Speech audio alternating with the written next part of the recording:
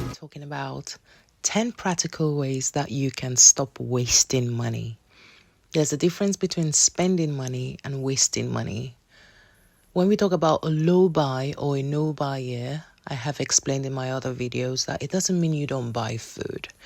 It doesn't mean you don't pay your children's school fees. It doesn't mean that you don't buy them uniforms if they wear uniforms in the schools that they go to. It doesn't mean that you do not buy prescription. It just really depends what country you are in, what is necessary to you, what is needful to you. So you're not spending money on your wants, but you're spending money on your needs. So how do you stop overspending? First of all, you need to think, one, where is my money really going to? And that's why I said everyone is different. What I like to buy excessively might be different from what you like to buy. I would think that it would be different because my needs and your needs would be very different. It might help if you write stuff down. I haven't been to the shops since January. When I'm in the shops, I would usually pop into Asda and buy the bag of vegetables that I would never use or the fruits that I would just watch go bad. So I am mindfully spending on those things that I used to think I needed. Things like fruits, like vegetables. We eat a lot of that at home and I find I waste a lot of those. So I'm spending only when I know that we would use those things. I'm not buying excessively. I'm not buying because things are in the sale. I'm going to the shop purposely. So where is your money going? I've been very transparent. I said I started buying bags and clothes after I met a lot of milestones. So I will encourage you to meet your milestones, to meet your goals before you start buying the things that you want. So I met my needs before I started meeting my wants, and my wants started spiraling out of hand. And so I have stopped buying bags. I am not buying clothes. I'm not buying shoes. If I need the one-off top here for work or the one-off jumper, I will buy those. But I am very conscious of spending thousands of pounds on things that I would never wear, that I would never use. Take stock of your outgoings and you will see where your money goes into. It might be that you like to spend a lot on food out there. It might be you spend a lot of money on coffee, on Starbucks, on mugs. You'll be surprised at what you actually buy. Look at your credit card. What are you spending on? And then cut back on it. Cut back on that excessive thing that you're spending a lot of money on. Plan your meals. This is where I've saved a lot of money naturally without even thinking. We do love cooking. We're not eat out people. If we want to eat out, we would dine out. We would go for fine dining, no expenses spared. But that's because we don't do it regularly. So when we do it, we don't even think about how much we're spending. We don't have a budget for spending. But then if you are regularly eating out, finding it hard to cut down, maybe you want to start with regulating your spending and eating out less. But for us, we don't really eat out. We eat at home. Our children eat very balanced meals. It's something that's very important to us. And so we really save a lot of money on that. If you don't plan your meals, you are wasting a lot of money and you are not eating healthy. I know a lot of people say, I just bought myself the biggest bowl of salad. Believe me, a bowl of salad is leaves and peppers and some onions and some olives. That's if it's very rich salad. And maybe some feta cheese. And what else? You can make those in your house. If you bought a salad for £10, best believe that it would take you £2 to make that salad.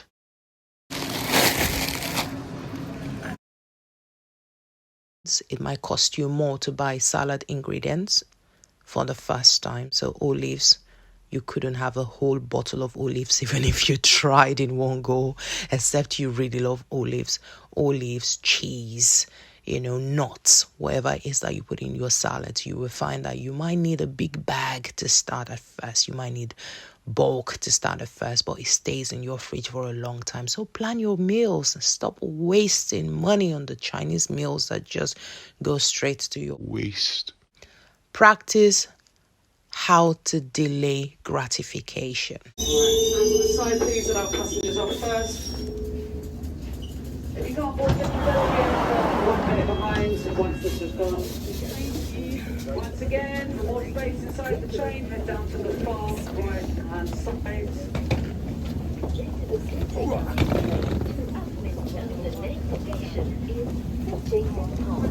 We had 4 children, and for the 4 children, we never tried to find out whether we're having a boy or a girl. That's something that I think I grew up with. I'm not eager to see what's over the fence. I'm not eager to read your diary if you left it with me.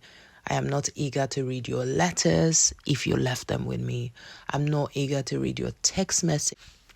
We had 4 children, and for the 4 children, we never tried to find out whether we're having a boy or a girl. That's something that I think I grew up with. I'm not eager to see what's over the fence.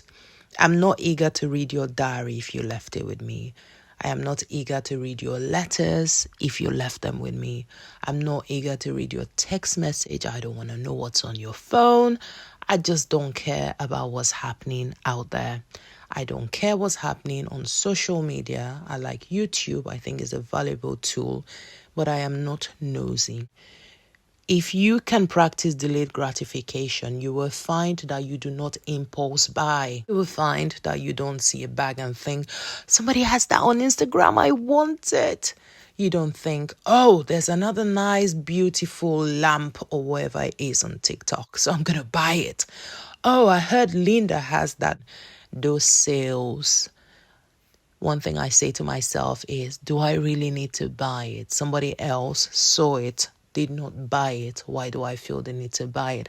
Why do you need to buy it? Like, are you going to buy everything just because it's in the sale or you thought I looked beautiful? It was in the shop. Nobody else bought it. Why do you feel the need to buy it? Sleep on whatever it is that you want to buy. And if you still feel that you want to buy it, then go for it. But before you go for it, I want to ask you, have you paid your mortgage? If you haven't paid your mortgage, if you haven't paid your rent, you have no rights to be buying that bag. And I'm telling you straight on. Remember that I said that you can rewear your wardrobe. For some of us, we have clothes with tags that we haven't worn, but we're still buying. How many bodies do you have? Just the one body. Why are you buying so many clothes? I'm telling you because these are things that work for me. You need to trade new for old. That is my next tip. Trade new for old. Go to your wardrobe. Get that, I always like to use that color because that's what's trending. Green, for instance, is trending as a color. If you really check your wardrobe, are you telling me that you don't have any green thing in your wardrobe? Are you telling me that you do not have any dark red clothes, bag, whatever in your wardrobe?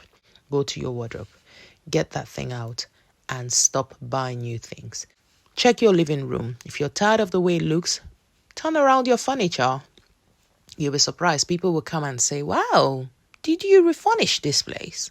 No, you just moved your furniture around. So trade new for old.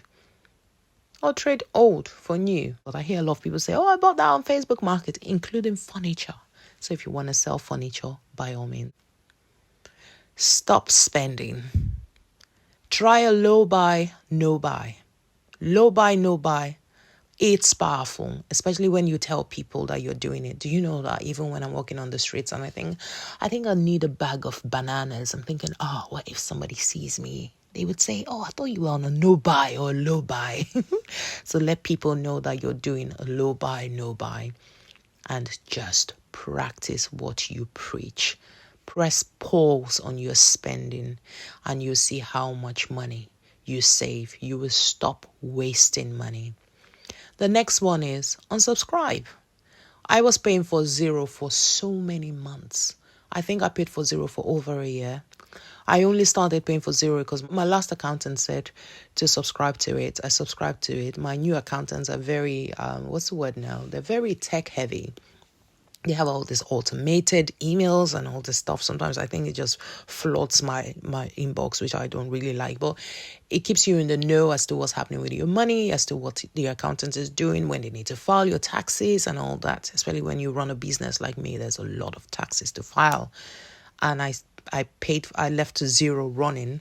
I said to my new accountants, do you want it? They said, oh, if you like, you can leave it on. Guess what? I went and got a better subscription with Zero, wasting money for over a year. I was so upset when I checked my bank account and I saw Zero still running.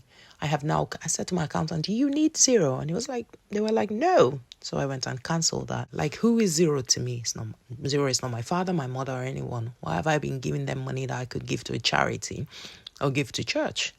Church is a charity in England anyway, if you didn't know that. So stop spending on unnecessary things. Go and unsubscribe from all those makeup deals that I see people on YouTube talking about. Oh, I got a mystery bag. No, you're paying £40 for a mystery bag of £2 worth of items. Take your £40, go and buy yourself brown powder or whatever it is people rub on their faces.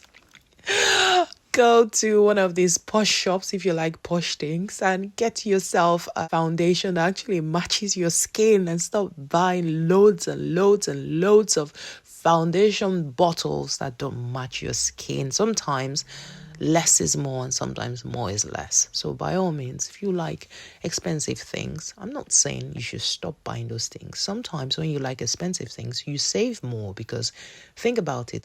You can have like one Polo Ralph shirt and wear it for such a long time, and somebody else will just go to another shop. I don't know what shop to use because I keep saying Primark, but Primark is good stuff. It's good cotton, but let's just say Primark. You buy a shirt of £10. I don't know how much things are there now. And then you wear it twice and then you chuck it. And then you buy a Polo Ralph shirt for 140, 150, 100 in the sale. And then you wear it again and again and again. Don't get me wrong. I have a lot of Polo Ralph clothes that have holes in them and I haven't even worn them. I think some kind of maybe merino wool or whatever it is, but I have no idea why I would wake up and I just find my woolly stuff from Polo Ralph with so many holes in them. So I'm not saying that Polo Ralph is the best. I'm just saying sometimes buying that one foundation that lasts longer saves you money. I'm saying this from experience because I used to think that quantity was helpful. No, just causes clutter, takes away your peace of mind. So by all means, practice mindful spending.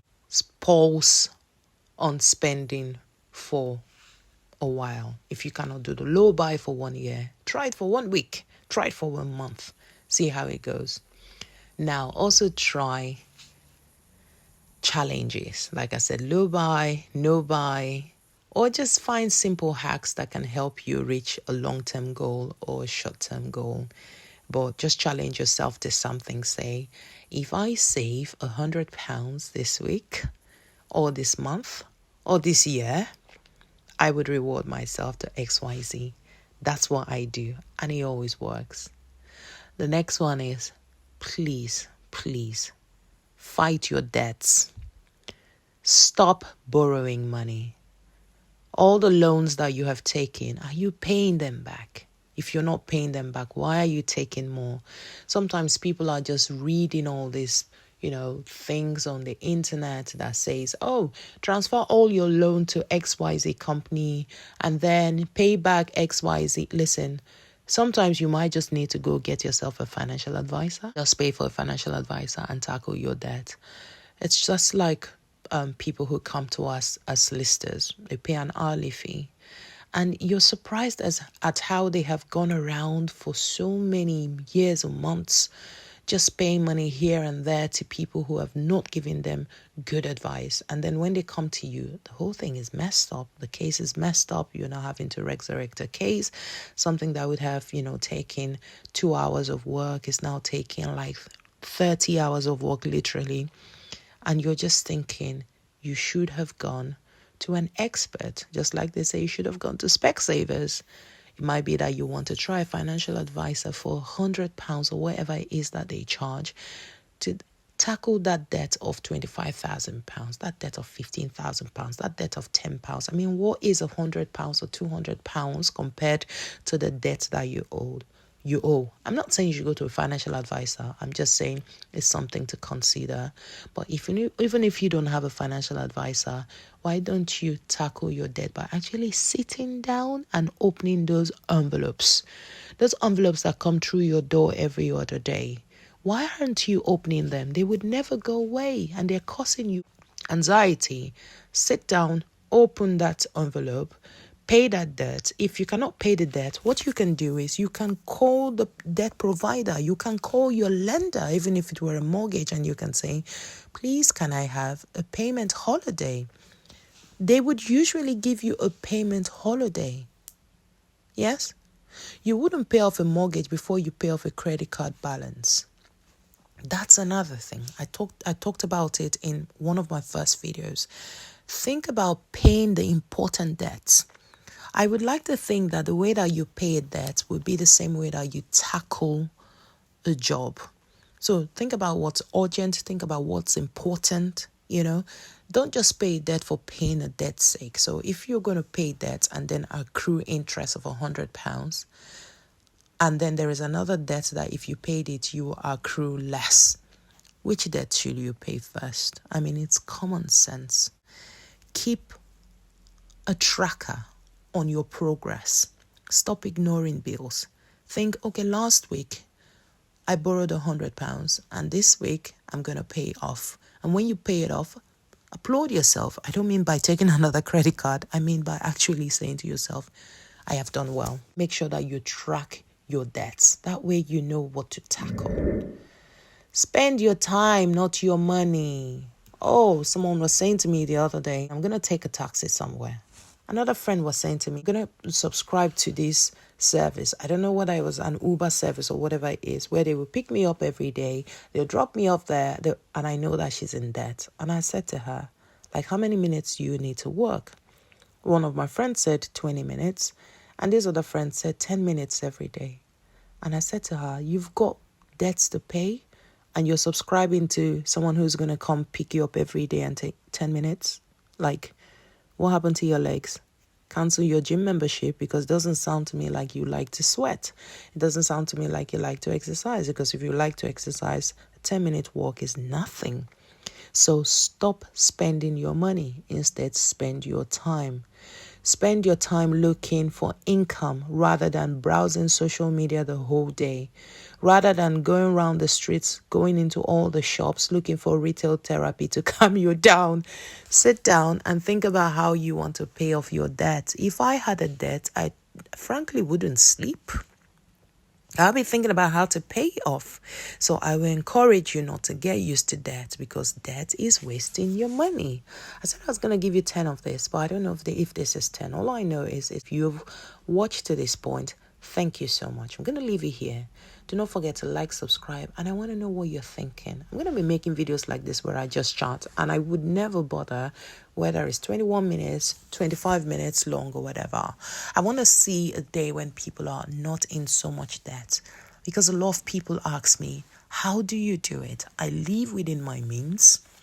I'm not the richest of the richest, and I'm definitely not poor, because I don't believe that poverty is something that you should celebrate. Poverty is when you lack, and I never want to lack. And I thank God that I have Jehovah Jireh, and it helps me not to lack. And that's what I encourage people to do, to have enough. I don't mean you become a billionaire overnight. I mean, you just have enough for the day. It's in the Bible. It's in the Lord's Prayer. Because this day our daily bread. It is so important. You want to have a daily bread. You don't want to have a daily bread where you're thinking, I'm going to take today's daily bread and give to who I owe, and then not have a daily bread. You want to always have. All right, then. Thank you so much for watching. Subscribe, like, share, and comment. Always nice talking to you. Bye-bye. Bye-bye. Bye.